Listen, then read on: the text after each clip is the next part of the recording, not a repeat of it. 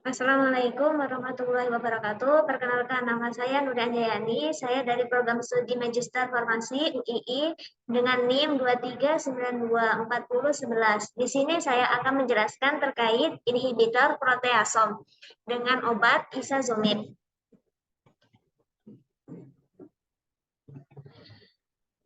Obat isazomib atau nama lainnya adalah Nenlaro. Nah, obat ini itu digunakan sebagai obat anti kanker, yang mana dia bekerja di dalam proteasom inhibitor. Obat ini dapat meningkatkan profil farmakokinetik dan farmakodinamik, yang mana isazomib sendiri telah disetujui oleh FDA pada tahun 2015 dan disetujuinya itu karena dia boleh digabungkan atau dikombinasikan dengan obat lenalidomid dan dexamethasone dalam pengobatan multiple myeloma. Kemudian efek samping dari obat isazomib adalah trombositopenia, kelelahan, mual, dan juga diare. Obat ini dapat mengatasi resistensi terhadap obat bortezomib. Kemudian mekanisme kerja dari inhibitor proteasom obat isazomib yaitu protein ubiquitin terkonjugasi melalui residu lisin. Setelah itu, protein yang ditandai untuk didegradasi dalam protease oleh serangkaian enzim. Nah, enzim yang membantu itu ada 3, yaitu enzim pengaktif ubiquitin atau E1, kemudian enzim konjugasi ubiquitin atau E2, setelah itu ligase protein ubiquitin. Nah, ini E1, E2, dan E3 yang tadi membantu terdegradasinya protease. Terdegradasinya protease tadi dibantu oleh enzim E1, E2, dan E3. Setelah itu, protein yang membawa rantai polyubiquitinasi dikenal oleh subunit proteasom 19S dari proteasom 26S dan kemudian terdegradasi di dalam peptida kecil yang biasa disebut dengan subunit 20S.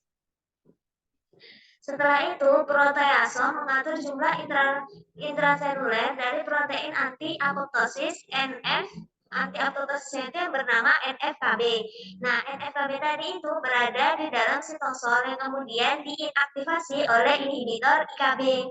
Kemudian terfosforisasi dan IKB tadi didegradasi oleh proteasom 26S yang mana mengubah tempat NFKB menjadi nukleus yaitu sel inti, sehingga menyebabkan penghambatan proteasom meningkat dengan ketersediaan IKB di sitosol menghambat NFKB dan mengganggu salah satu mekanisme anti-apoptosis dari sel kanker atau tumor yang bergantung pada NFKB tadi. Kemudian resistensi dari isazomib.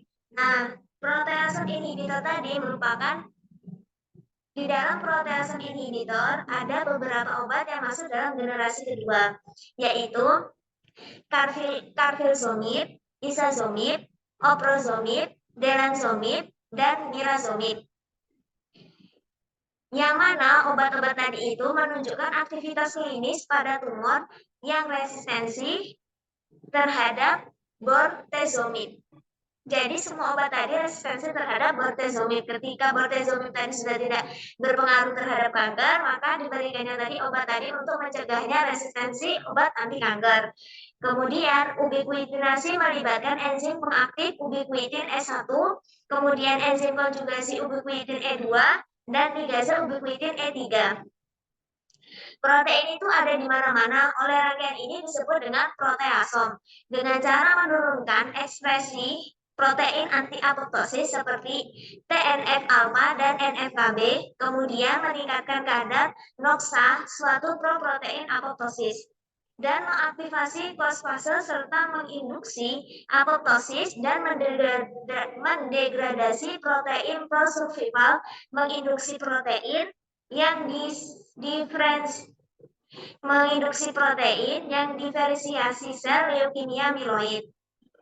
Itu merupakan cara pencegahan obat isozomib dalam resistensi obat anti kanker.